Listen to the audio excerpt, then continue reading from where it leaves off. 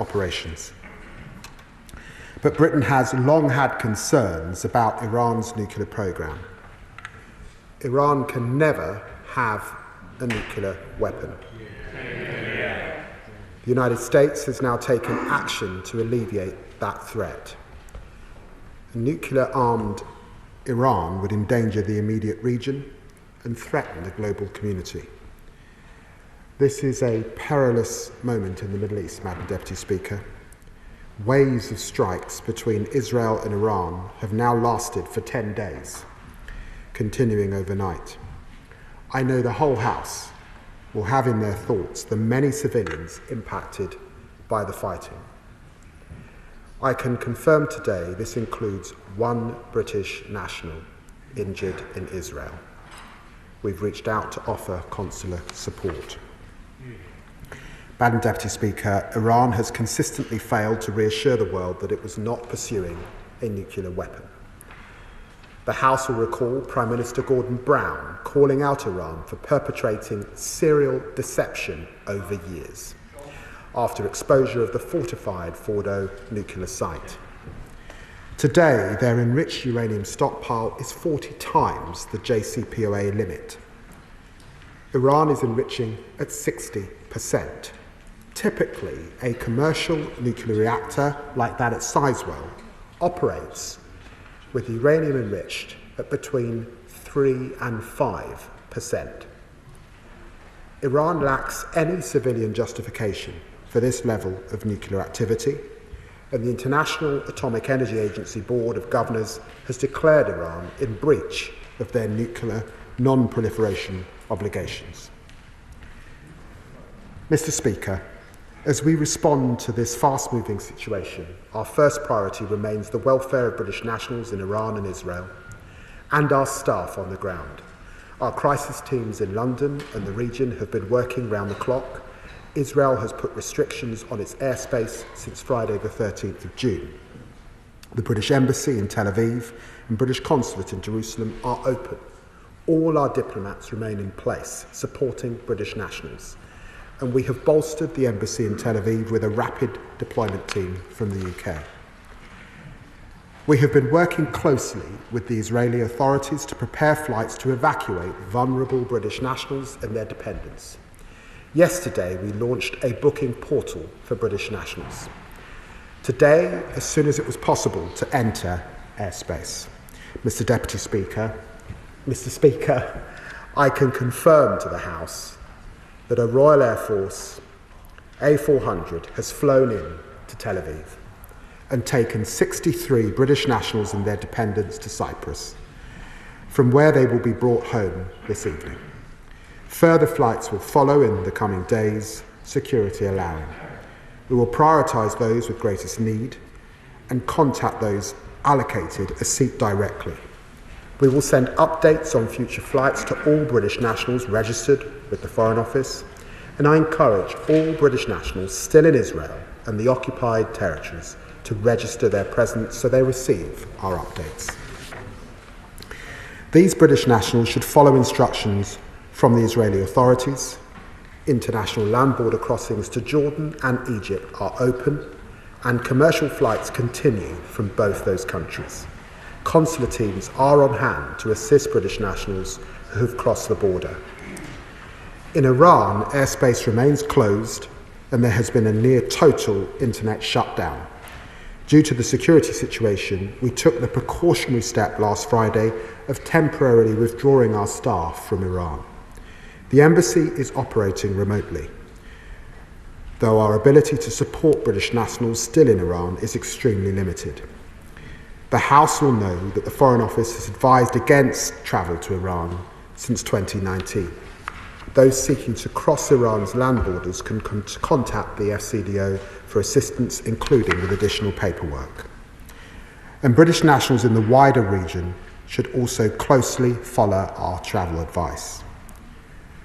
Mr. Speaker, following a US security alert for their nationals in Qatar, out of an abundance of caution, we now recommend that British nationals in Qatar shelter in place until further notice.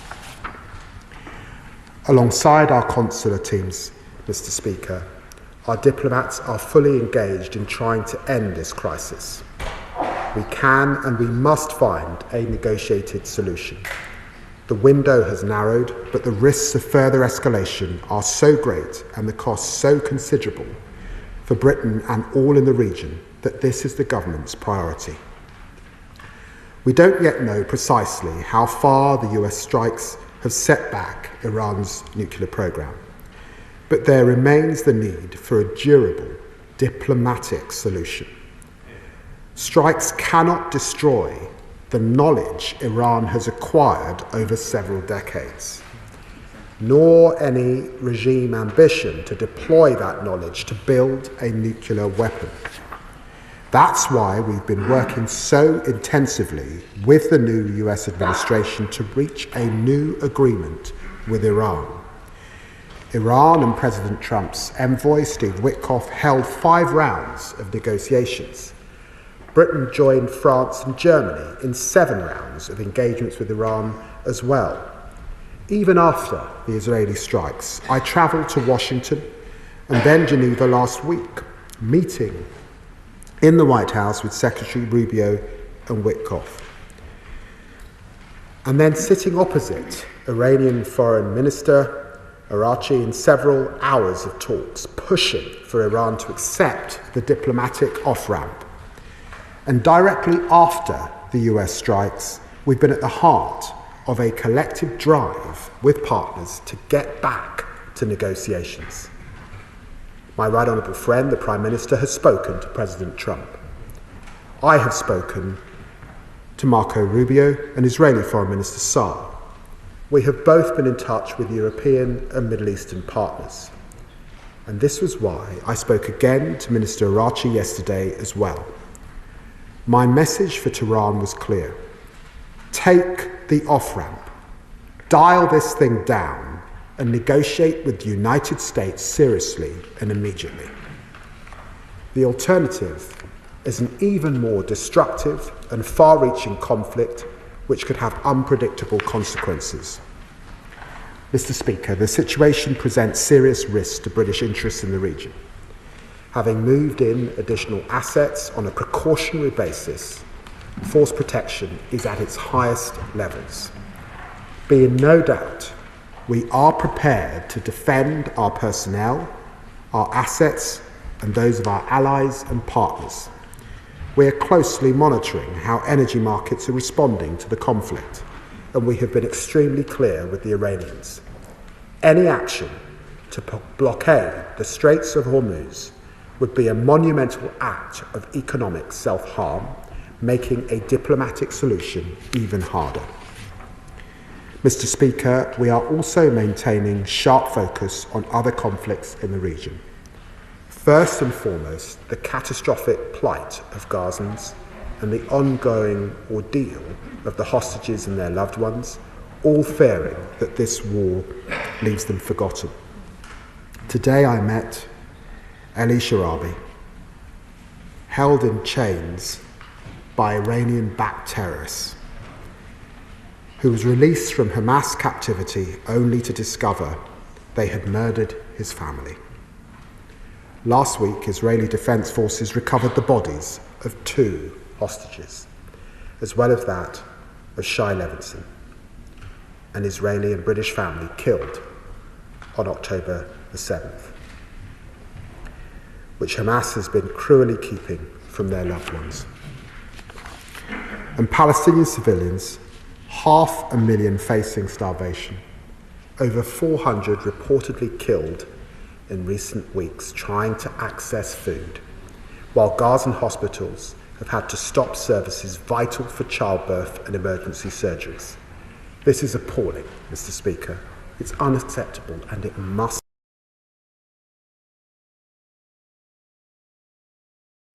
Hamas must release all the hostages. An immediate ceasefire has never been more urgent. Mr. Speaker, the consequences of the current situation are hard to predict. History can offer us no guide after events unprecedented in the region. The government has sought to react quickly to the twists and turns of recent weeks while maintaining focus on where British interests lie. A lasting end to Iran's nuclear programme, a de-escalation of tensions, and security for our people across the region. We will continue to persevere with diplomacy. I commend this statement to the House. Shadow Secretary of State Dame Priti Patel. Thank you, Mr. Speaker. 2 weeks ago, the IAEA produced a report that was damning on the Iranian regime. In these strikes, not cooperating, breaching its obligations, and had over 400 kilograms of uranium enriched to 60%, far beyond any level needed for a civilian nuclear program, and enough material to create at least 9 nuclear devices. Their nuclear facilities are buried deep underground to hide their program, and all this from a despotic, authoritarian regime that represses and tortures its own people. It's committed to the annihilation of Israel, the world's only Jewish state, and is responsible for so much of the suffering in the region through its sponsorship of terrorist proxies. It is supporting Putin in its illegal war against Ukraine and is involved in plots and activities to undermine our national security here at home on a daily basis. Mr. Speaker, it is for these reasons and many, many more that the Iranian regime must never be allowed to have nuclear weapons. That is why we stand with those working to stop them. As His Majesty's opposition, the House will know that we will always put the defence and security of our country first. And that's why we will work constructively with the government to secure the protection of British people and our national interests. We will support the government when they're doing the right thing, but also question, challenge and press ministers to go further when we think more needs to be done to safeguard our interests. It is in that spirit of constructive scrutiny, in the national interest, that I put these questions and points to the Foreign Secretary. Firstly, British nationals and dual nationals continue to be stranded in Israel and the Middle East due to airbase closures. Now, I've written to the Foreign Secretary about this matter and note the progress with today's flight, and I do want to thank the Foreign Office for the work they've been doing with many families who I've been in touch with as well, who have been able to get on that flight today. So can the Foreign Secretary tell us how many British nationals may need to be repatriated? What resources are being deployed to support those efforts? Is there enough capacity to match the numbers that is needed to leave? And why does it seem that the US and other European countries were ahead of us in their operational planning to bring back their citizens? The Foreign Secretary has mentioned the US Embassy advice, and now he's given advice to British nationals in Qatar today. Will there be any further notifications for other British nationals in GCC states? Second, on Iran's nuclear programme, the Foreign Secretary on radio this morning could not say how effective the weekend strikes were, and I understand that will take time to get information. But if more strikes are planned to further degrade Iran's nuclear capacities, will the government consider supporting these? The government has not taken a clear position on the actions that the US and Israel have taken, but we have seen reports of the apparent legal advice from the Attorney General cautioning against UK involvement. And while I appreciate that the Foreign Secretary cannot comment on any legal advice, does the government have a position on the lawfulness of these strikes? And does he welcome the ends as well as the means to achieve this? Does he share my cynicism about Iran's attempt to cloak itself in the UN Charter?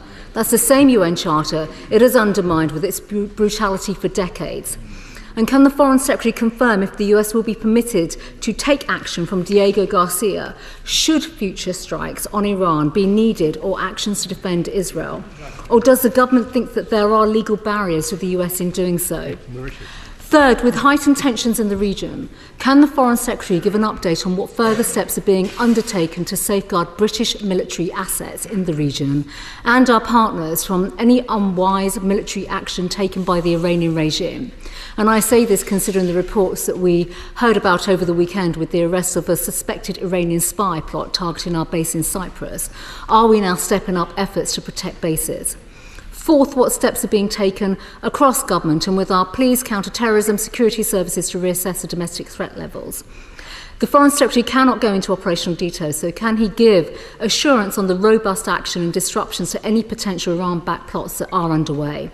He mentioned, and rightly so, the issue of Gaza and the fact that we absolutely must work together in terms of ensuring that humanitarian aid gets to people desperately in need of aid. Can the Foreign Secretary update us on what steps he's been taking to engage with Israel to get more aid into Gaza? And does he agree that Iran must be weakened to end their ability to sponsor Hamas and other terrorists in the region?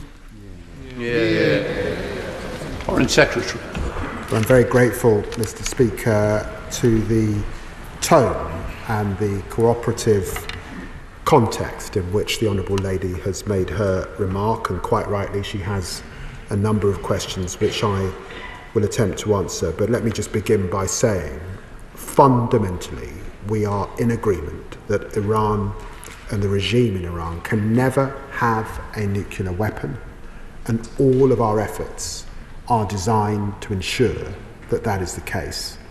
And the whole House will understand that this is not just about Iran, the region and global security. It is because we have to remain steadfast in our commitment to not see nuclear proliferation. And if Iran got a nuclear weapon, clearly there would be others in the region that would seek to follow. And so it's a sober commitment that really begins 80 years ago that we must see to completion in relation of their ambitions. She asks about the British nationals in Israel. There are just over 4,000 British nationals that have registered their interests following our appeal last week. And we would estimate that somewhere between 15 to 25% of them indicate, this is following the pattern in previous crises in Israel and in the region, take up the offer of British assistance to leave. As she knows, the airspace has been closed, and so that offer up until this point was about getting them to the border. But I'm very pleased that that flight has landed and taken off. We hope to work with the Israeli government on further flights in the area. My understanding is that there has been a military plane that the Americans have put on for their citizens from Israel, but she will understand the uniqueness of the relationship that the United States has with America that facilitated that opening up, and I'm very pleased that we have been able to garner that same agreement today with the Israeli government. This is an ongoing and fast-moving situation. She has heard what I have advised British nationals in Qatar today, and of course we keep this under close review, and there may need to be further updates over the course of the next few days. It was important that I was in Washington, D.C., sitting with the US administration, and in that meeting with Marco Rubio and Steve Witkoff last week, it was very clear to me that all options were on the table, and President Trump had those options in front of us. I, of course, discussed with them in detail the trip that I would be making alongside my French, German, and the European High Representative in Geneva, and they were keen and hopeful that that might be successful. It was not successful. But we continue to press the Iranians to take the off-ramp and get into those negotiations with the United States and with the E3 to ensure that they are in compliance. She asks about the legal advice. That must rightly be a matter for the US government in relation to their action. And I'm pleased that she mentioned the ministerial code. She will know that Section 213 of the Ministerial Code prevents those of us in government, and she has been in government in the past, discussing legal advice so that government can operate in the appropriate way. But I would say to her, this was not our action. We have been clear that we were not involved. She asked also whether we had any request from the US government. We did not get such a request, but we were notified before the action took place. She asked also about state threats, and it is right to say that we have thwarted 20 such state threats since 2022 in this country, and she will know, including the highest tier that we put Iran on for national interference, that we take the threats from Iran very seriously, and we are reviewing and will come forward with legislation in the coming months in relation to the gaps that Sir John Hall found in how we deal with state threats in our country. The Select Committee, Dame Emily Thornbury. Thank you very much, Mr. Speaker. The only way to stop Iran from building a nuclear bomb is a deal. There cannot be a deal without negotiations, and there cannot be negotiations without trust. And given that President Trump tore up the first nuclear deal and is now acting alongside Israel, whose attack last week ended the US-Iran negotiations for a new nuclear deal, and given that the war aims of this campaign are so unclear, an emboldened Netanyahu government is calling for a regime change, and President Trump is hinting at it too, it can be difficult to see how in all those circumstances there can be negotiations based on trust. Does the Foreign Secretary agree that Britain must continue to play a role in these negotiations, even though they must seem an incredibly difficult and challenging prospect? Foreign Secretary. Well, I'm very grateful to my right honourable friend, the chair of the Foreign Affairs Committee, for her question. And it goes to the heart of where the UK should be at this time. And that is at the centre of the diplomatic effort. A diplomatic effort that will be necessary at the end of this process. Because sadly, once you have the ability to enrich uranium to 60%, that knowledge is not lost. It is the stepping stone to an advanced weapon, and therefore only a diplomatic solution and the correct framework can ensure that we keep the global community safe. Liberal Democrat spokesperson Callum Miller. Thank you, Mr. Speaker.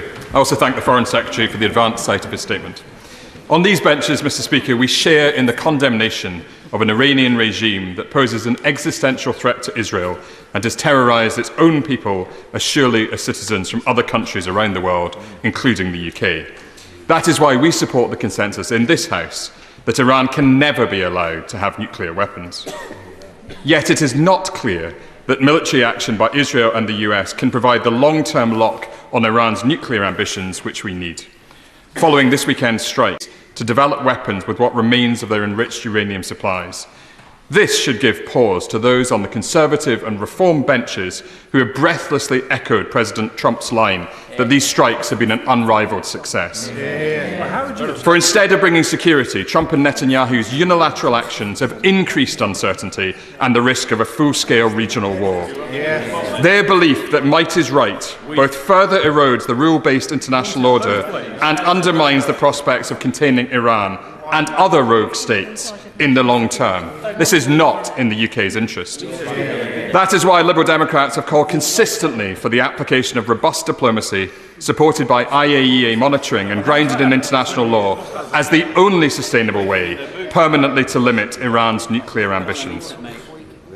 Our immediate priority must now be to ensure the safety and support of British nationals in the region, learning the lessons of unacceptable delays on previous occasions. So I ask the Foreign Secretary, why has it taken over a week since the start of strikes to begin repatriating Britons from Israel? And what more is being done to support those in the wider region who want to leave? The government has also remained silent on the legality of this conflict, Mr. Speaker. Will the Foreign Secretary now commit to publishing the Attorney General's advice on whether any UK involvement in this conflict would constitute a breach of international law? And will he confirm that this House will be given a vote before any decision for the UK to enter this conflict? Foreign Secretary. Well, Mr. Speaker, I agree with the honourable gentleman and the thrust of his remarks, which are around diplomacy and the need for diplomacy at this time. And he's absolutely right about the malign intent of the IRGC and the Iranian regime, whose desire is to wipe Israel off the map. And we must stand up to that pernicious ideology. Our attempts are to gain de-escalation, and I would remind him that just yesterday, Vice President Vance has said that delaying the development of a nuclear weapon was the goal. We're at war with Iran's nuclear program. We're not at war with the Iranian people. And it's important to keep that in his mind's eye. He asks about British nationals. He's heard what I said about the airspace being closed. I'm pleased that that first flight has taken off. And I would remind him also that successive UN resolutions, Resolution 2231 particularly, I would refer him to, in relation to this long-standing breach. He asks about the legal advice. He's heard my comments on the legal advice. We were not involved. This is not our legal context. And he asks about publishing the AGs. That might have been appropriate if we were involved, but I don't think it is. But we're not involved, and so there's no such advice to publish. Dan Cardle. Thank you, Mr. Speaker. May I welcome the Foreign Secretary's calls to move this to a negotiated solution and his focus on UK defence and security. He's right, Iran must never acquire a nuclear weapon. However, history also teaches us on the issue of regime change that interventions aimed at regime change in Iraq, in Libya, in Afghanistan have produced prolonged instability, not just in the region but far wider.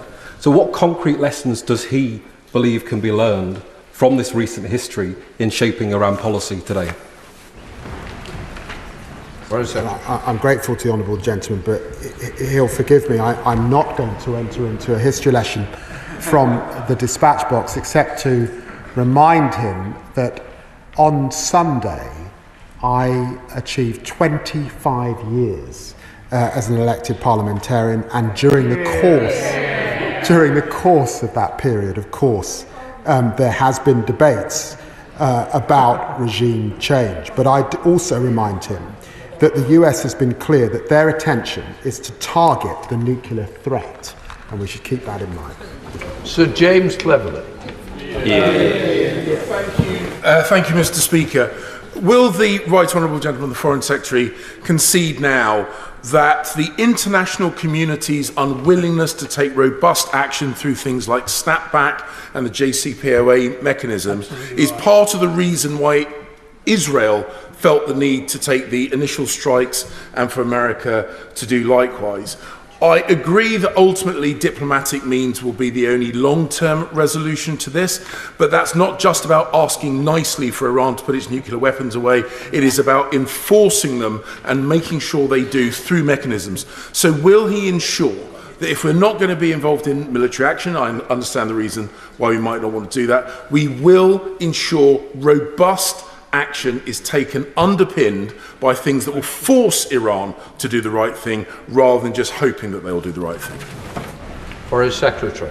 Well, I'm grateful to the right honourable gentleman, and I know that he knows how difficult it is dealing with Iran. He will remember that under JCPOA, they were allowed to enrich to 3.67%. 3.67, and today they're at 60%. And the question is, how could that possibly be for civilian use? And I challenged the foreign minister from Iran about this on Friday.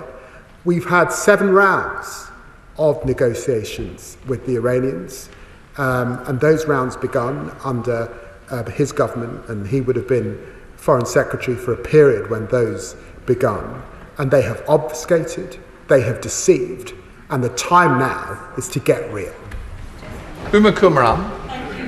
Speaker, Can the Foreign Secretary assure this House that the escalating conflict in Iran, where we all want to see urgent de-escalation, will not take focus from the UK's efforts to end the devastating war in Gaza, to help the Palestinian people, to free the hostages and lift restrictions on humanitarian and medical aid?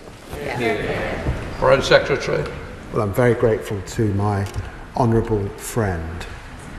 The loss of life over the last few days, hundreds of people who've lost their lives queuing for food, is appalling and should offend us all. And of course, when I spoke to Israel's foreign minister yesterday, I reminded him once again about my deep concerns about the new system that Israel has put in place to deliver aid, and our belief that that system will not work, and we need to return to a much better provision. Alfred Brown. Thank you, Mr. Speaker. The Foreign Secretary has said that Iran must not be allowed to have a nuclear weapon. So does he therefore support the recent targeted strikes by the United States and Israel on Iranian nuclear facilities, yes or no? And if not, can he explain how exactly that inaction would have curtailed Iran's nuclear ambitions? Foreign Secretary. I'm afraid I'm not able to give an assessment at this stage of the effectiveness of that action, and neither is the United States. And the Honourable Lady may think that that is a binary question. I don't believe it is a binary question. What the UK is engaged in is diplomacy, and working, of course, with our closest ally, the United States. Blair McNoon. Thank you, Mr. Speaker. Can I associate myself with this condemnation of the humanitarian crisis in Gaza, but ask that we need condemnation to be matched with accountability? Here in the UK, Jewish communities in particular are deeply concerned at the moment about what lies ahead. Last week at the Foreign Affairs Select Committee, the Iranian ambassador acknowledged that MI5 had identified 23 threats on British soil organised by the Iranian regime. What's his message to Jewish communities who are on a state of high alert at the moment, wondering what will happen? Foreign Secretary. Well, I'm very grateful to the honourable gentleman for his question. He's right that the Iranian regime is the world's worst sponsor of state terrorism and state threats. We have individuals, 3 that have been arrested under our National Security Act, currently moving through our judicial system. And I would want to reassure those in the Jewish community in our country that we take those threats very seriously. And I, working alongside the Home Secretary, will do all we can to keep them, their buildings, their institutions, their families safe. Sir Julian Lewis. As usual, I agree with much of what the Foreign Secretary has to say, but I do have to ask him, how many times must a terrorist-funding, fanatical regime threaten to wipe another country from the face of the earth before a government advised by Lord Hermer of Chagos acknowledges that military action to delay and degrade its nuclear weapons program is both ethically and legally justifiable? Foreign Secretary. I simply say to the right honourable gentleman, and I say this with all respect, there is a convention in our country about the very important role that Attorney Generals play in our government, able to give government advice when asked for. It happens under all governments, and I don't really recognise the caricature that I've heard or some of the reports. And I want to make it crystal clear, we were not involved in this action, and therefore, really, some of what's being said is wholly beyond the pale. Abdusam Mohammed. Mr. Speaker, many of my constituents have contacted me over the weekend, fearful of the fallout of US intervention in Iran. They know, and we know, that wars do not make the world a safer place, but much more dangerous. Their concerns are not unwarranted. In 2002, Netanyahu offered a guarantee that regime change in Iraq would bring enormous positive reverberations to the region. But we now know that there was no imminent threat, and there were no evidence of weapons. The scale of the disaster, not just in Iraq but across the region, was so profound that the Chilcot inquiry insisted any future military intervention must be met with rigorous scrutiny. Does the Foreign Secretary accept this scrutiny, and will he again provide reassurance to the House that we will not enter an endless war fuelled by provocative, reckless provocateurs? Foreign Secretary. I'm very grateful to my honourable friend, and just to say to her, I was in the House during that period in which Chilcot was making his work, and of course I'd want to reassure her that our government, and I hope all future governments here in the UK, have learnt from its findings. Thank you, Mr. Speaker. The Foreign Secretary has confirmed that Britain was not involved in the strikes on Iran. Will he also confirm whether or not the US administration sought permission to use Diego Garcia as the launch point for these strikes? If it was sought and was denied, on what basis did the Prime Minister deny permission? And if it wasn't sought, what does it say about the UK-US relationship that America would rather fly around the world from Missouri than launch from Diego Garcia? Foreign Secretary. They did not seek that advice. Elise Ballinger. Thank you, Mr. Speaker, and can I thank the Foreign Secretary for his measured approach to this crisis. In past rounds of violence, Iran has often lent on its proxies to conduct retaliation. That includes the Houthis of Yemen, who up until recently have been attacking UK and international shipping in the Red Sea. Can I ask the Foreign Secretary what steps he is taking to protect UK shipping in that area and to keep those trade routes that are so vital for our country safe? Foreign Secretary. We have seen that Iran's proxies have been considerably degraded over this period. Hezbollah, Hamas, and the Houthis held back, but still active in the Red Sea. And we will do all we can, working with partners, to protect our shipping routes. And we have been crystal clear to the Iranian regime about the Strait of Hormuz, particularly. Sir John Whittingdale. When the Foreign Affairs Committee met the Iranian ambassador twice last week, he claimed that the Iranian nuclear program was legal and purely civil, and he said that they wanted to negotiate. Can the Foreign Secretary say, on the basis of his numerous meetings that he has reported with the Iranian Foreign Minister, whether he gained any impression of Iran's willingness either to dismantle their nuclear program or to negotiate? Foreign Secretary.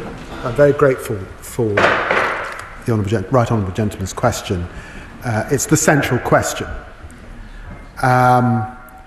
And what I have found is inflexibility and a failure to face the seriousness with which the international community are looking at this question, to accept that we've moved on from the JCPOA, which they pulled out of back in 2019, that the focus now is on zero enrichment. Maybe they can have a civil nuclear capability, but it would have to be heavily monitored and would have to have some sort of international regime, I suspect, to be in locus with it. They have to face that seriousness now at this point. Florence Session. Thank you, Mr. Speaker, and I thank the Foreign Secretary for his statement this afternoon. And the Foreign Secretary said that I know the whole House will have in their thoughts the many civilians impacted by this fighting. I have in my thoughts the many protesters who took to the streets after the brutal and tragic killing of Mahsa Amini in 2002, September 2002. We saw those protesters coming forward, standing up against the brutal regime, and we saw people being mutilated.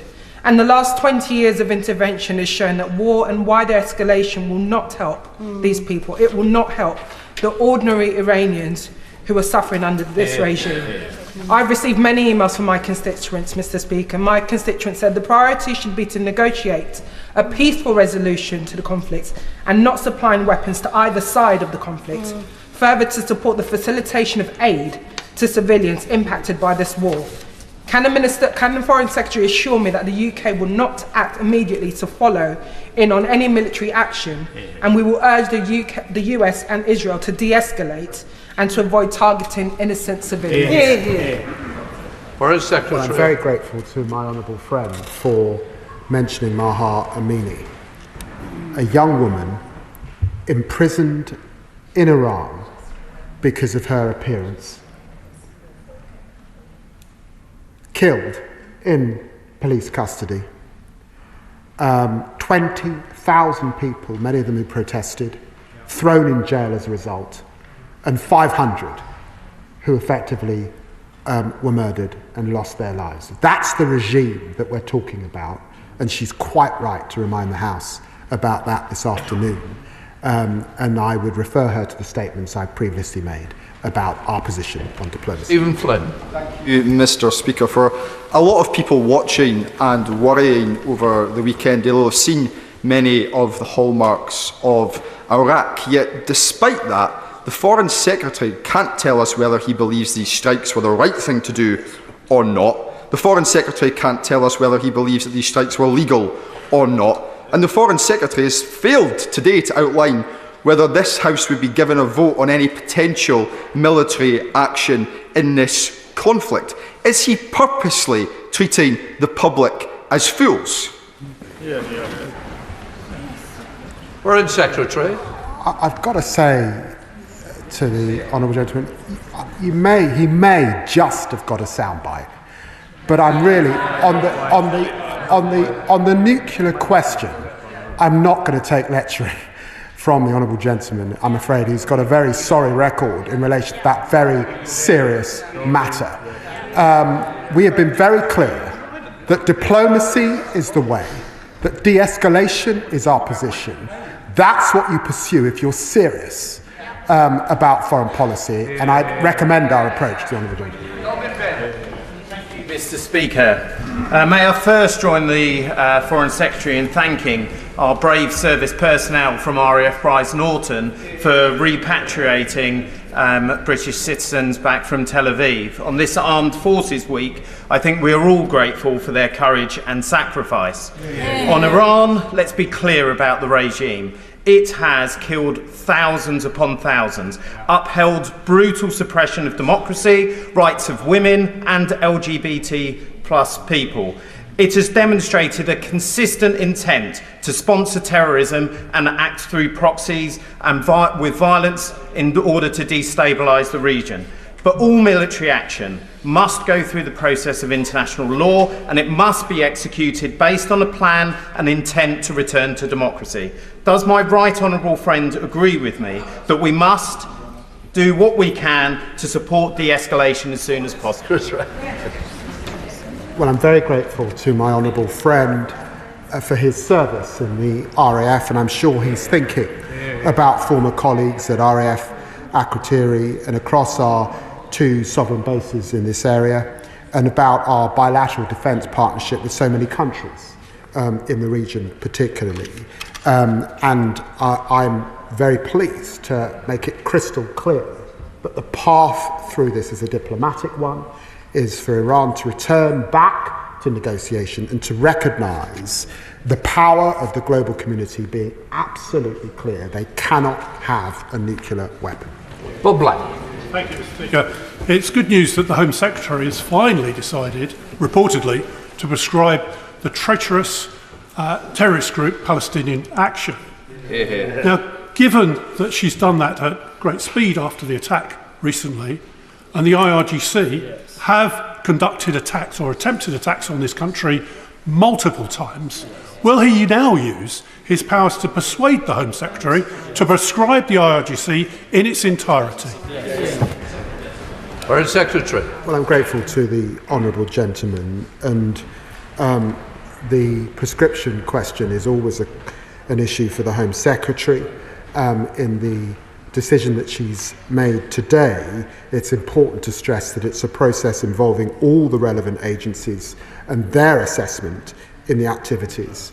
But I have to say the attack on RAF bases is disgraceful and totally unacceptable, and the force of the law must bear down on it. She keeps prescription under review. I know it's a long-standing issue that this honourable gentleman has raised. Jessica Moore.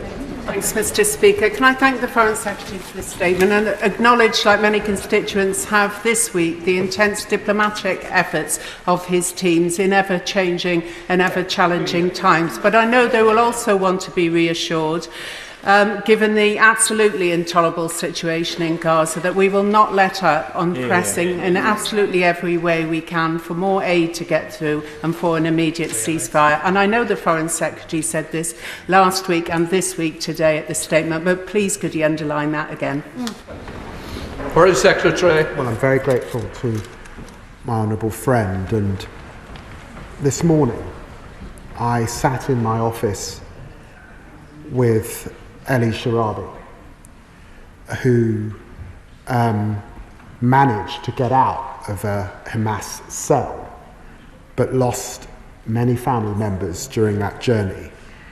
And he talked about the starvation that he experienced, going down to 44 kilograms after being 70 when he went in. It was humbling to hear his story, and to be reminded that the humanitarian catastrophe affected everyone in Gaza. But he did say that the Hamas who were holding him ate plentiful while they watched him and others with him starve. Richard Tice. Thank you, Mr. Speaker. Given that there's a consensus across, I think, the whole House that Iran should not have a nuclear weapon, it seems to me there's a sort of a lack of willingness to recognise when negotiations after many years have patently failed to yield results. So will the Foreign Secretary join Reform and myself in thanking the United States and Israel for degrading the Iranian nuclear weapons programme? Well, I had two conversations with Secretary of State Rubio yesterday, and I hope he would say that we've established a very good working relationship over that period, and he will know that I have a long-standing or longer-standing relationship with Vice President Vance. And to be clear, the United States position is that we are at war with Iran's nuclear program.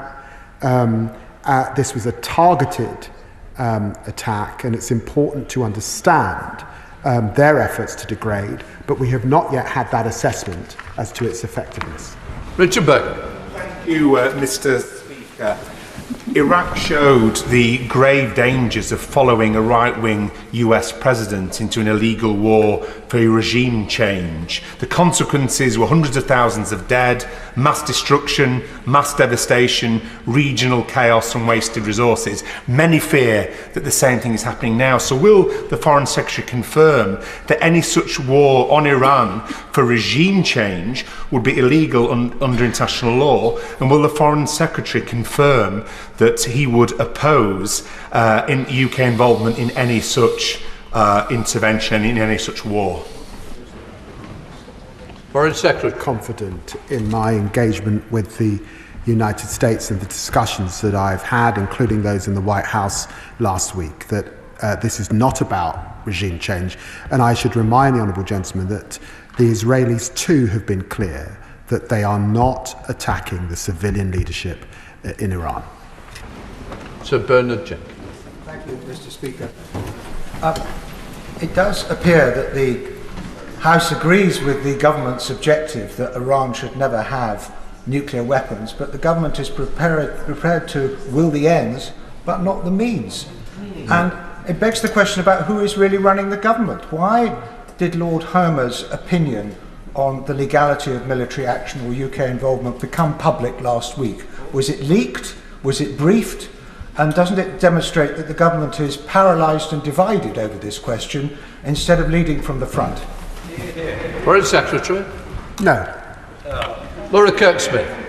Thank you, Mr. Speaker, and I commend the Foreign Secretary for urging calm and restraint at this troubling time. I know he's been engaging with European counterparts, notably France and Germany as the E3. But as the positions of the US and Israel and Iran harden, does the Foreign Secretary agree with me that this is a moment where our relationship with Europe as a collective force for diplomacy and peace is going to be crucial?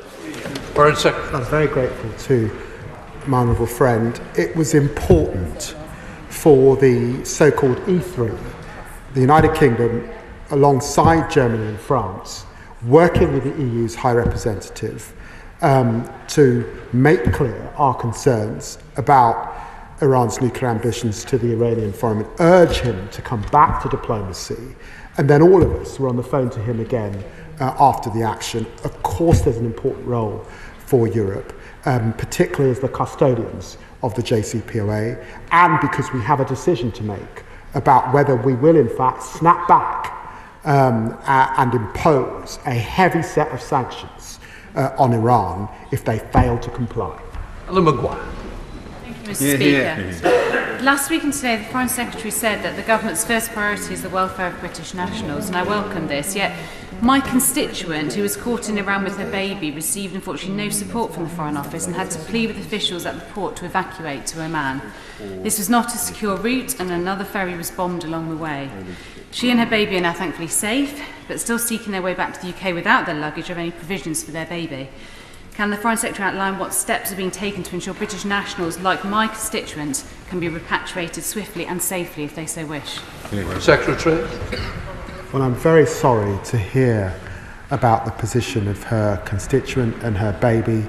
It must have been immensely stressful to make your way out of Iran in this way. She will know that we have been advising against travel to Iran since 2019. We are able to offer support on the border with Azerbaijan as best we can, but she will also know that the airspace is not open in Iran. But if she writes or is in touch with my honourable friend, the Middle East Minister, of course we'll look at it and what learnings there may be. Debbie Abrahams. First of all, I'd like to associate myself with the remarks about condolences to everyone that's lost loved ones. But, Mr. Speaker, we're increasingly seeing foreign leaders both flout international law, but also ignore our international rules-based system, one very hard after the Second World War. So, what is my right honourable friend doing to ensure that we can get this back on track? Foreign Secretary. Well, I'm grateful to my honourable friend for the question. It was very appropriate to meet with the Iranian Foreign Minister in Geneva.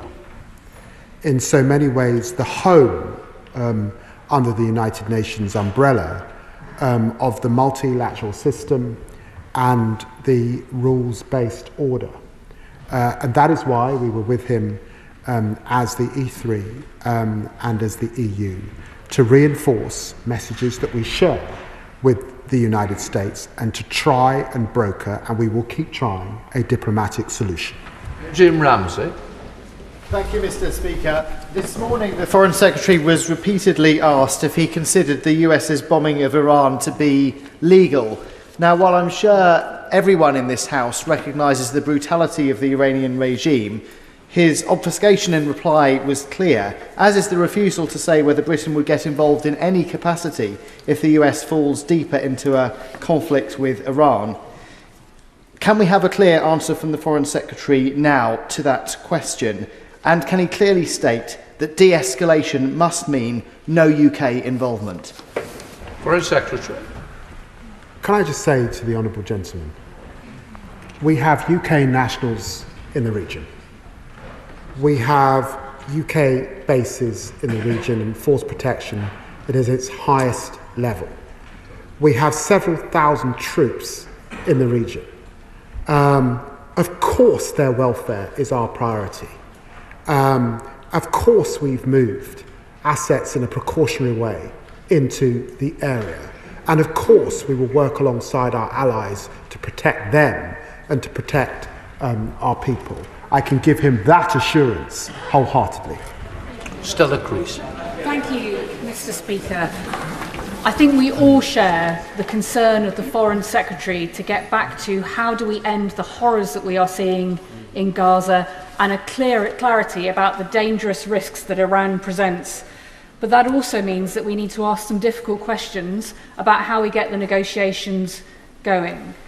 Now, we've seen today that the Israeli forces have deliberately targeted the Evin prison in Tehran. It was the prison in which Nazim Zahawi Redcliffe was held.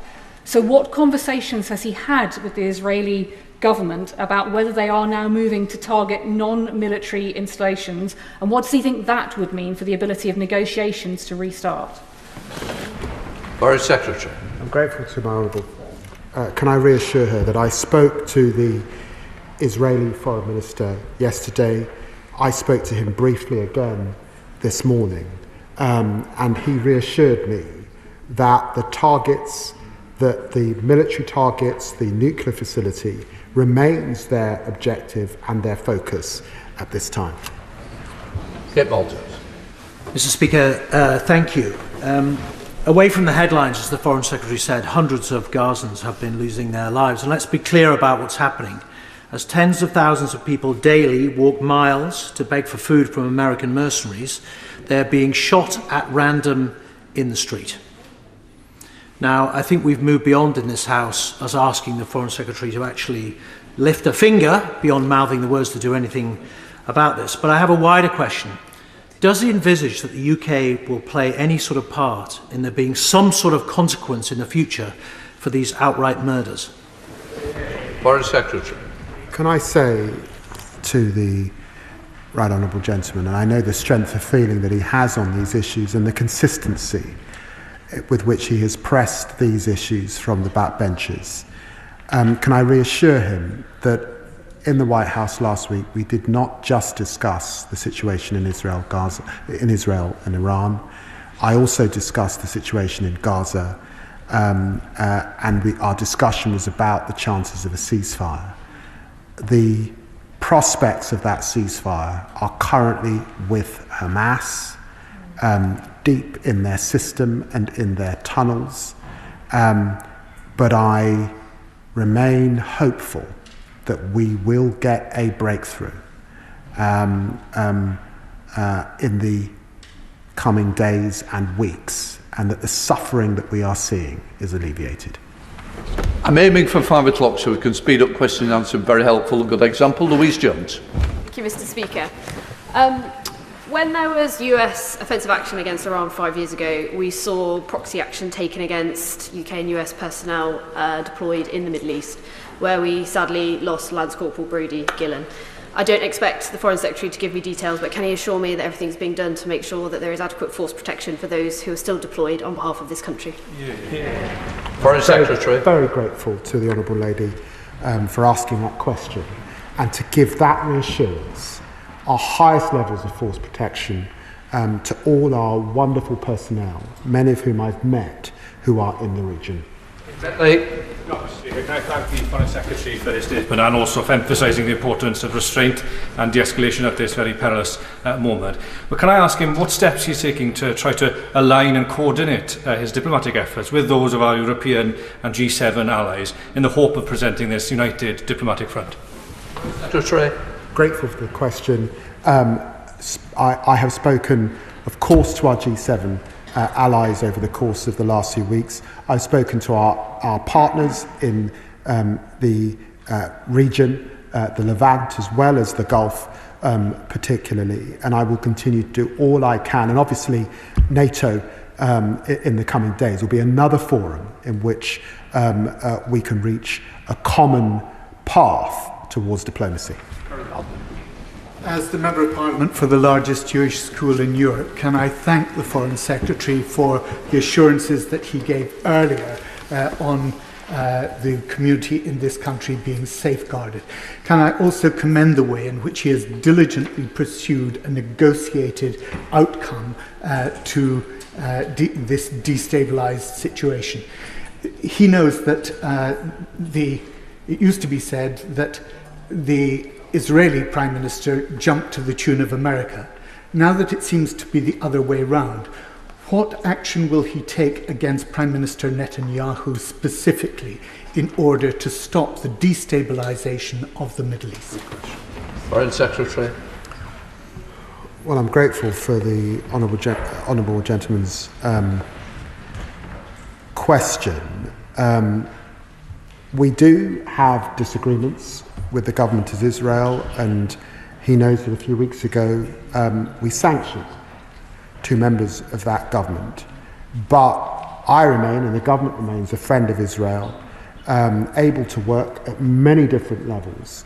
And we recognise the contribution that has been made at this time to the degrading of proxies working on behalf of Iran, recognising that those proxies contribute to Iran being the worst actor on state threats globally. David Reid. Thank you, Mr. Speaker. If Iran chooses to close the Strait of Hormuz, which the Iranian Parliament have now voted to do, what contingency options has the Foreign Secretary worked up to protect UK national interests? Or can I assure him that these issues are of course under consideration in the government? All contingencies are in place, and we are in discussion with our allies about that, but it would be wrong for me to go into operational detail. Clive Lewis. Can I associate myself with the comments made across the House about the dire and despicable nature of the Iranian regime? But that said, last week the Foreign Secretary told the House that attacks on Iran were not in our national interest. So does he believe the strikes led by Trump and Netanyahu, 2 hard-right authoritarians with no love for a rules-based order, have made Britain or the world any safer? Or does he agree with me that for much of the world watching, the message is chillingly clear? In a global order where rules mean little and might makes right, deterrence, not diplomacy, is now the only defence. And that, as he must acknowledge, makes global security more precarious than ever. Foreign Secretary. Well, I'm grateful to my honourable friend, and I recall that my honourable friend also recognises the problems of that nuclear threat and nuclear proliferation. An assessment has not been made yet of the effectiveness of that military action, but he will have heard my remarks in relation to diplomacy. That is the way now, and it will be the way when we get beyond this current crisis. Brendan Hall. Thank you, Mr. Speaker. We've been here for an hour, and still the Foreign Secretary appears incapable of saying whether he supports or condemns America's actions, or whether he regards them as being legal or not. And nowhere in this statement does the role of international law even merit a mention. So will the Foreign Secretary take this opportunity now to tell us whether he believes that America's unilateral action was compliant with international law?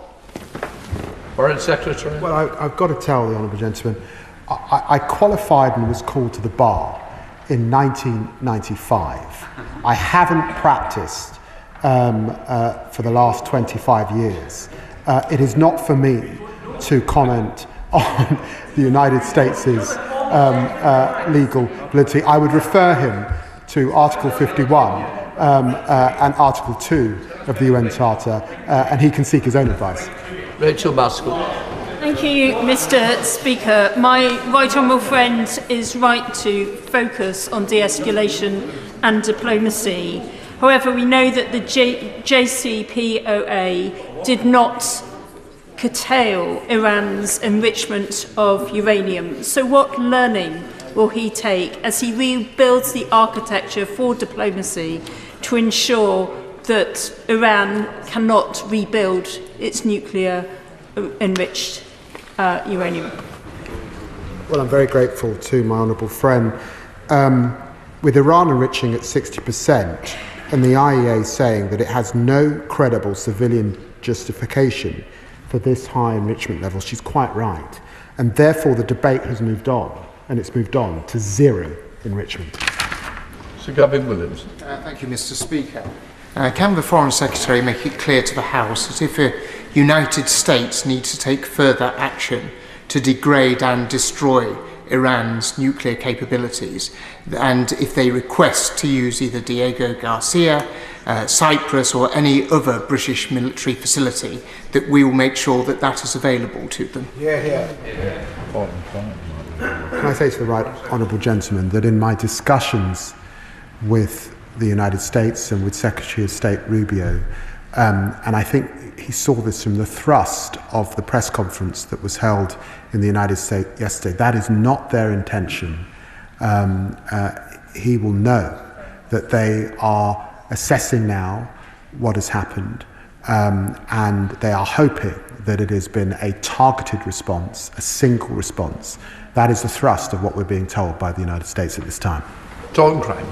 Mr. Speaker, I thank the Foreign Secretary for his statement. I understand the priority to evacuate UK citizens from Israel, but advice to our constituents Qatar to shelter in place until further notice is hardly comforting. Can I press the Foreign Secretary to outline what more detail will do for UK citizens in the wider region and whether there is a specific threat against them? Foreign Secretary. The message that I gave earlier at the dispatch box is in the context of a fast-moving situation, an advice that was given by the US shortly before standing up. Of course, we keep our advice updated, and we are on high alert right across the region. Alton. Mr. Speaker, what is UK government policy on whether regime change should be pursued in Iran, yes or no?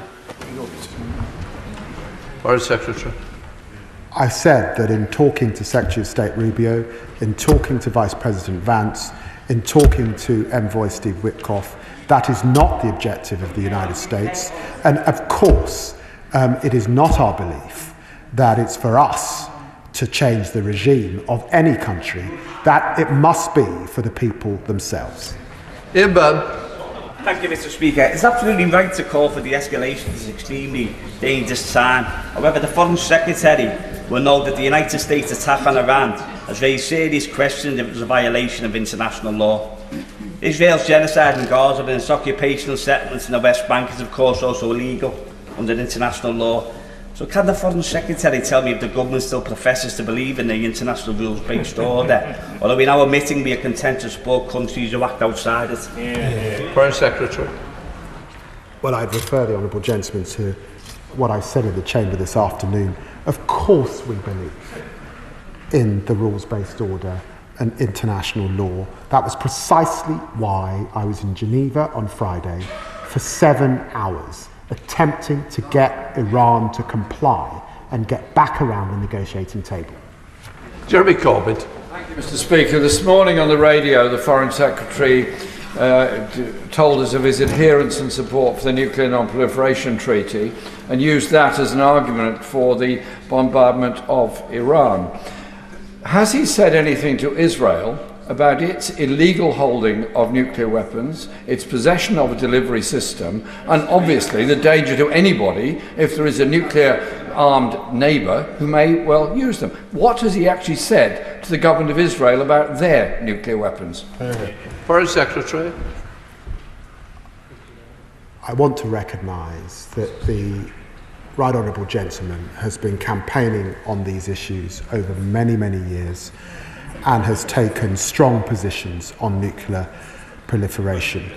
I don't want to go back to the days of Mordecai Vanunu, but I would just remind him, Israel is not threatening its neighbours with nuclear weapons. It's Iran that we must stop at this time. Andy Slaughter. Thank you, Mr. Speaker. Does my right honourable friend believe that the attacks on Iran are beneficial to this country, or will they create more instability in the Middle East and beyond? And is there a cost to the UK as an upholder of the rules-based international order, which he says that we still support, if the actions of our allies, the United States and Israel, are judged to be contrary to international law? Foreign Secretary. I'm very grateful to my honourable friend, and I know he's learned in these matters, and he will have strong views. What I can say to him is that we are seeking de-escalation, we are pursuing diplomacy, And we are doing that according to the rules-based order and our belief in the international architecture that was set up on the backs of men and women who lost their lives and gave so much in the Second World War. Harriet Ball. Thank you, Mr. Speaker. The Foreign Secretary has referred a number of times to the diplomatic off-ramp.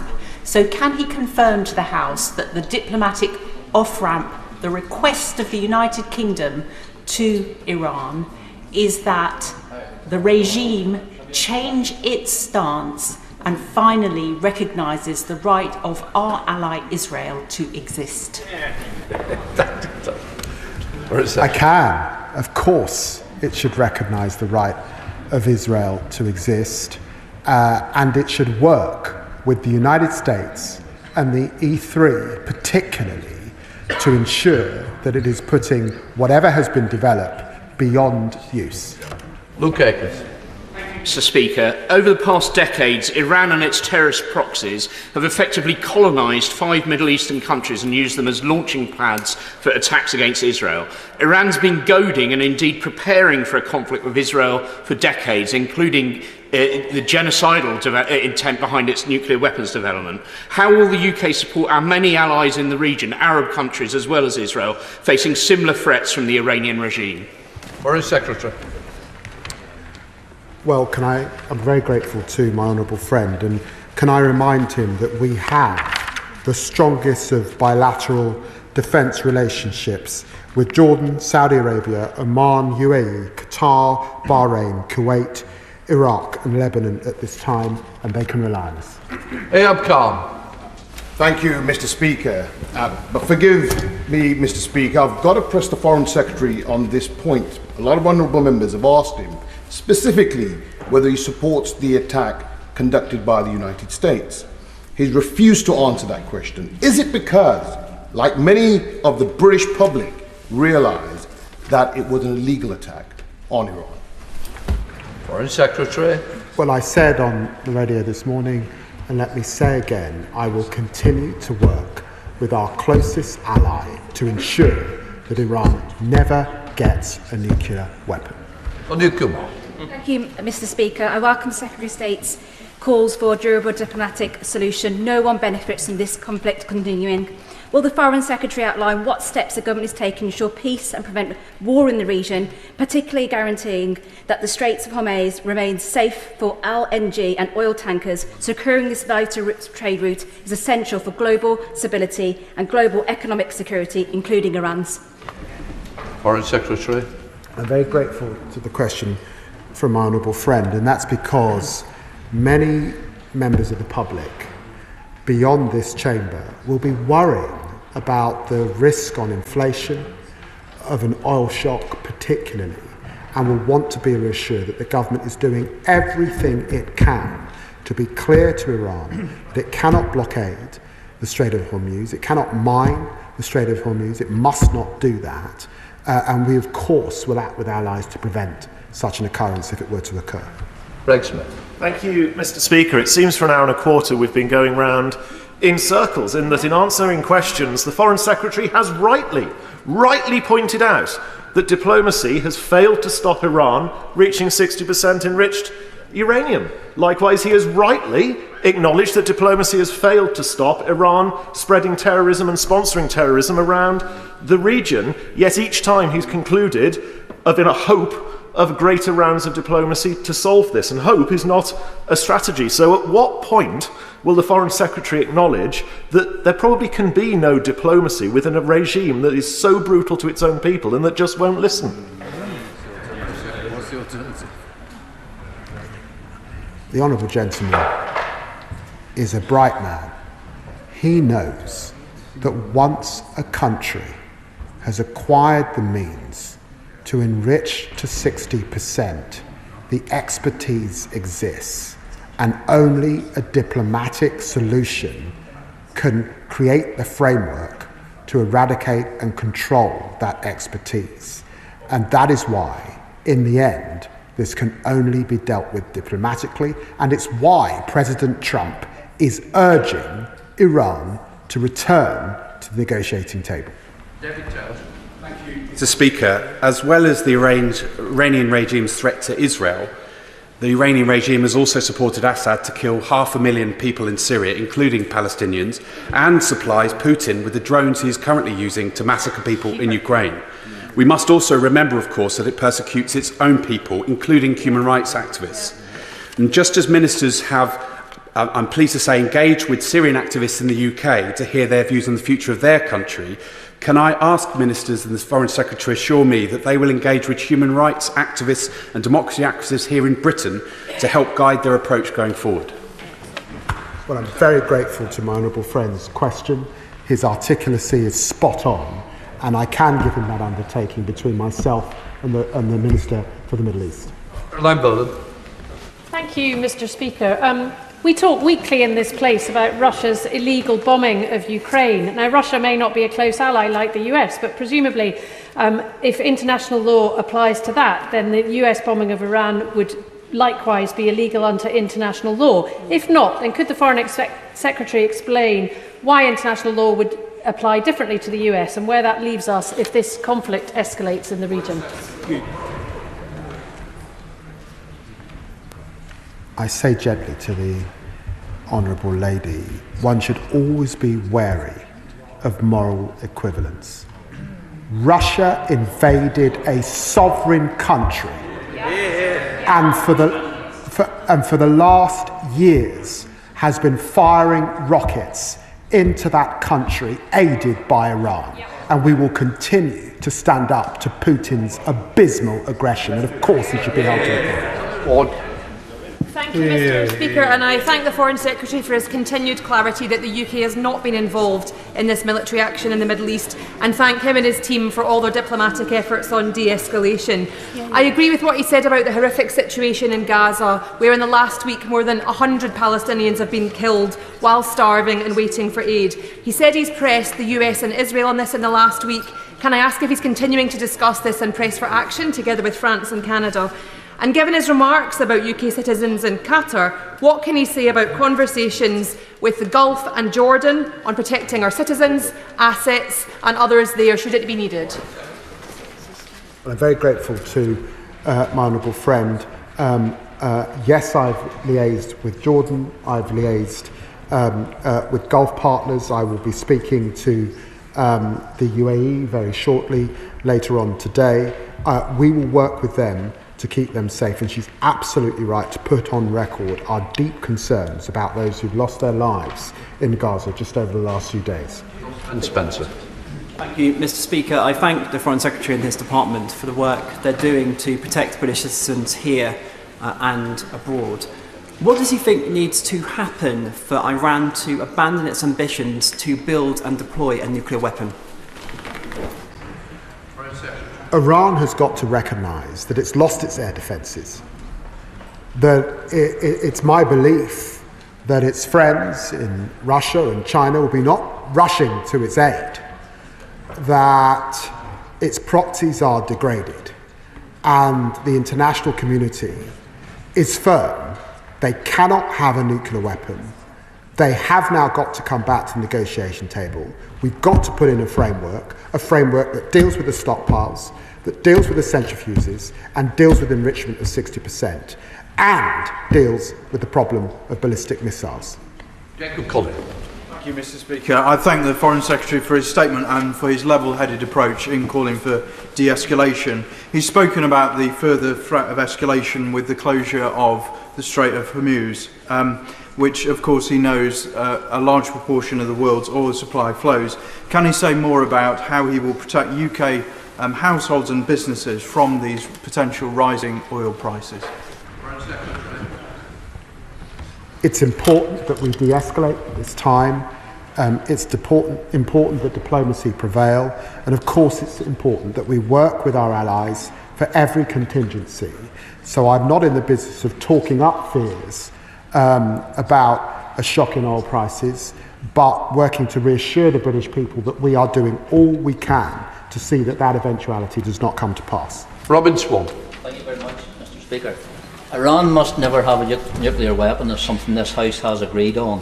But the former Russian Premier, Dmitry Medvedev, has said there will be now a number of countries considering supplying nuclear warheads to Iran. Can I ask the Foreign Secretary of his assessment of that statement and what is the government doing to prevent it? It would be wrong for me to go into detail about that, but to say that, of course, it's come to my attention, and also to put on record my grave concerns by the reports that Iran's parliament are preparing to withdraw from the Nuclear Non-Proliferation Treaty. That would isolate Iran further. Thank you, Mr. Speaker. Further escalation in the Middle East could have devastating consequences not only for the region but for global stability. And given the provocative and inflammatory rhetoric from President Trump and the risk of unpredictable US actions further destabilising the situation, can the Foreign Secretary set out what steps the government is taking to work with international partners to de-escalate tensions and protect the UK interests? And can he give a definitive answer to the question about UK involvement? Well, can I say to my honourable friend that we were not involved, and over the weekend I spoke to my Cypriot counterpart, I spoke to my Lebanese counterpart, in the days before that I spoke to all counterparts in the Gulf. Of course we are working to de-escalate at this time. Subject. Thank you, Mr. Speaker.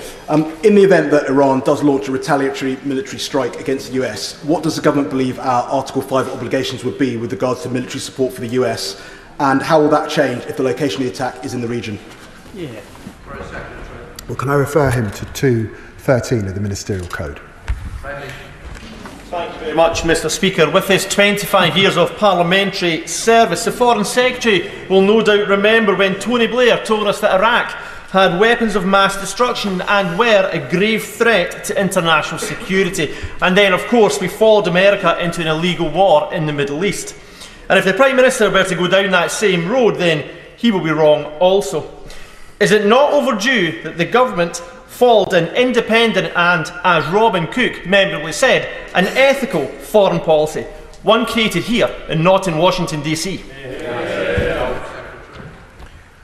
Well, the honourable gentleman allows me to put on record what a privilege it's been to serve and work as Foreign Secretary alongside a Prime Minister of such tremendous principle and legal learning, that entirely understands his obligations, entirely understands what good government looks like, and is absolutely steadfast in his belief in the international rules-based order. Cameron Thomas. Thank you, Mr. Speaker, and thank you to the Foreign Secretary for the gravity which he's applying to this important topic. 1 week ago, the Foreign Secretary told me that he had huge confidence in our ability to defend our Middle Eastern assets from Iranian strikes. But within 2 days, 2 strategic assets were vandalised by a couple of civilians on an e-scooter at RAF Bryce Norton. Yeah. Does the Foreign Secretary recognise that the UK must not follow Trump into Netanyahu's war with Iran when force protection is inadequately resourced at home? Well, I'm very grateful to the honourable gentleman for his service in the RAF, and can I refer him to a statement that the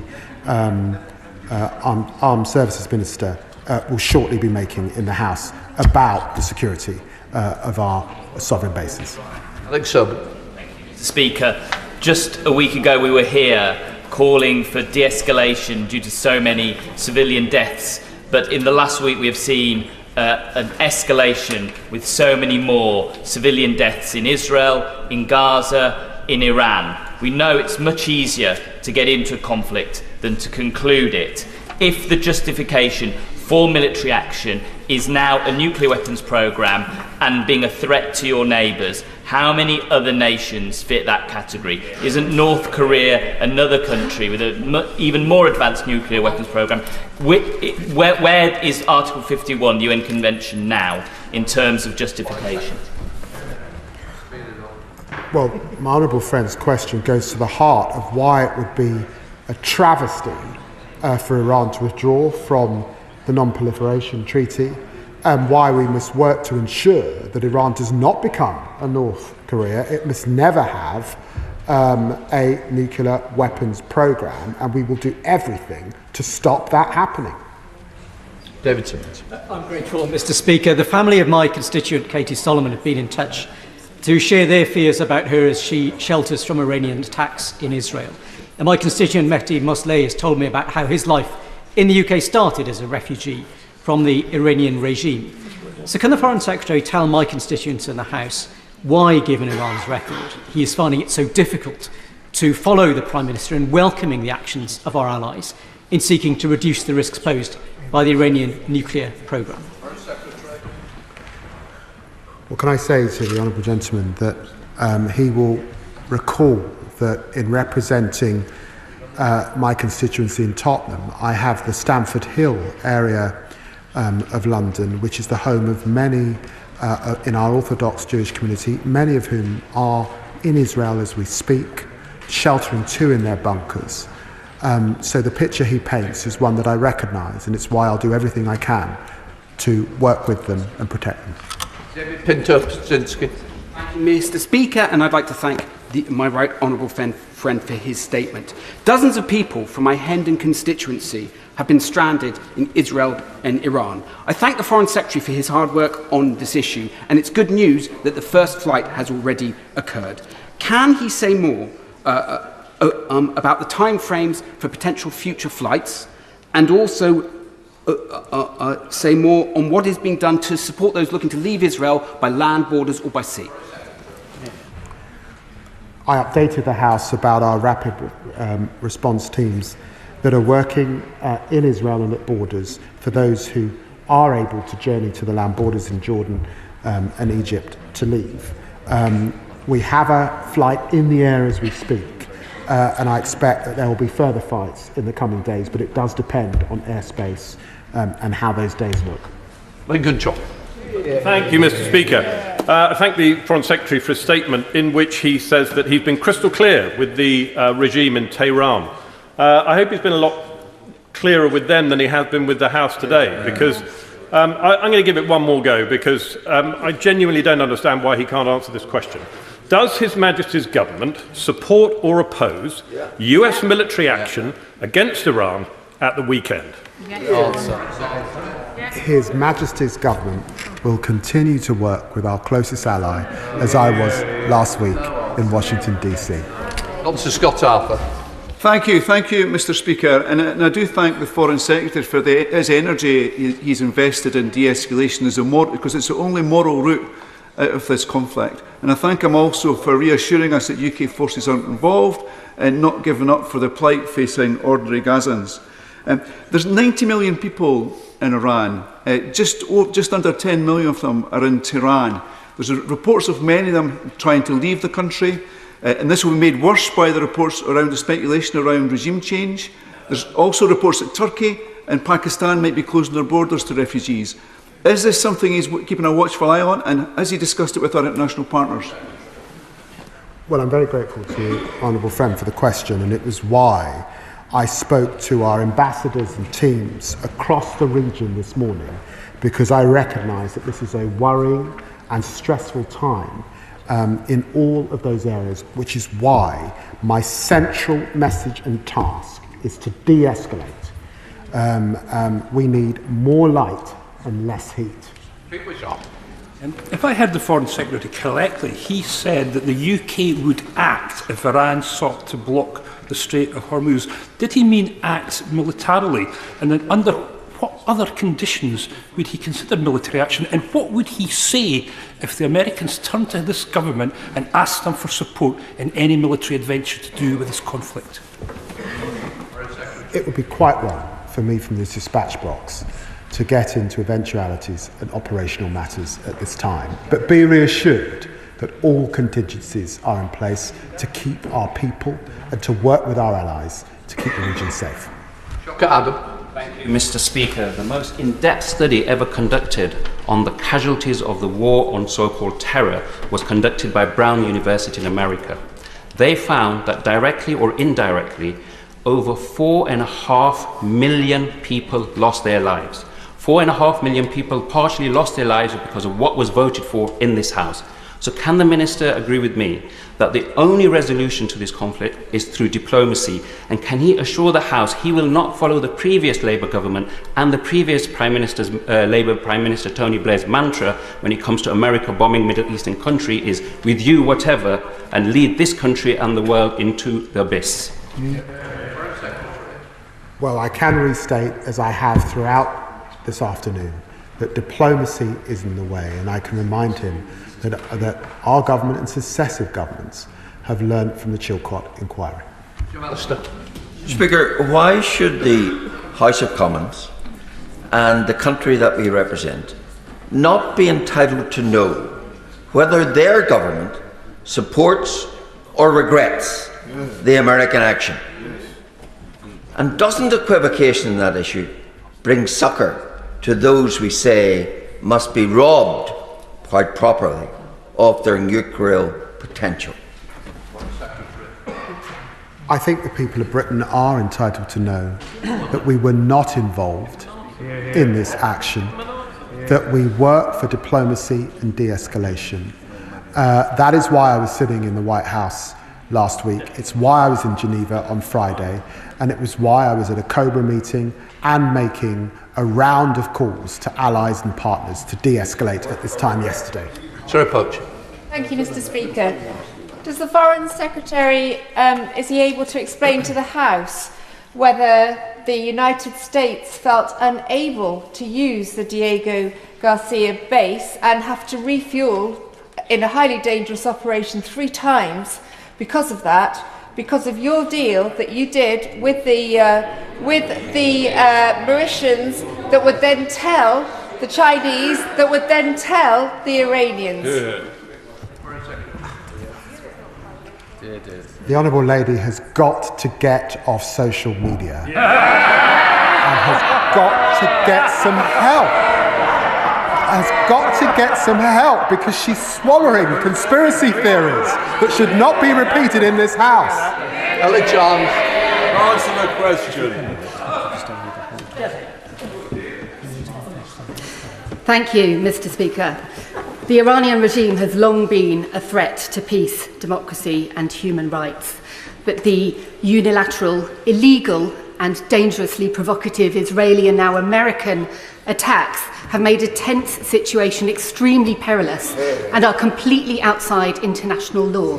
It's therefore deeply concerning to hear the Secretary of State echoing the talking points of Netanyahu and Trump, instead of standing up for those principles, clearly condemning the illegality of these bombings and unequivocally ruling out the UK being dragged into any military action supporting such illegal action. Why will he not?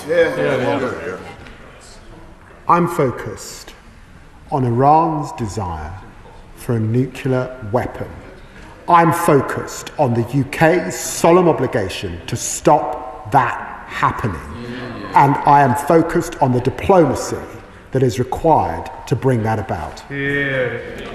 Jim Shannon. Thank you, Mr. Speaker, and I thank the Foreign Secretary for his statement today. I've often spoken in this chamber about the Iranian regime and the horrific human rights abuses that take place under IRGC control.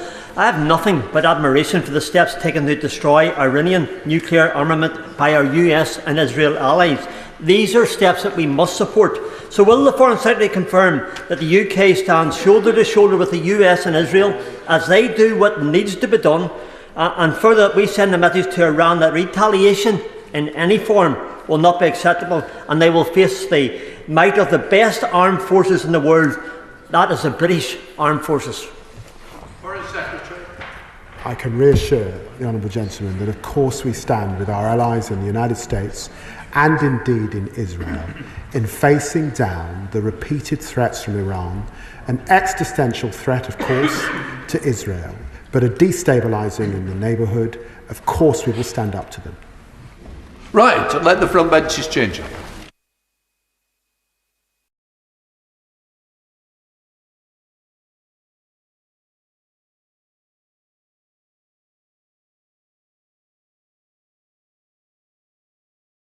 Was intentionally limited.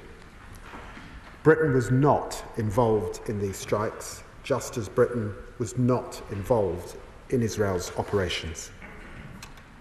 But Britain has long had concerns about Iran's nuclear program. Iran can never have a nuclear weapon. The United States has now taken action to alleviate that threat. A nuclear-armed Iran would endanger the immediate region and threaten the global community. This is a perilous moment in the Middle East, Madam Deputy Speaker. Waves of strikes between Israel and Iran have now lasted for 10 days, continuing overnight.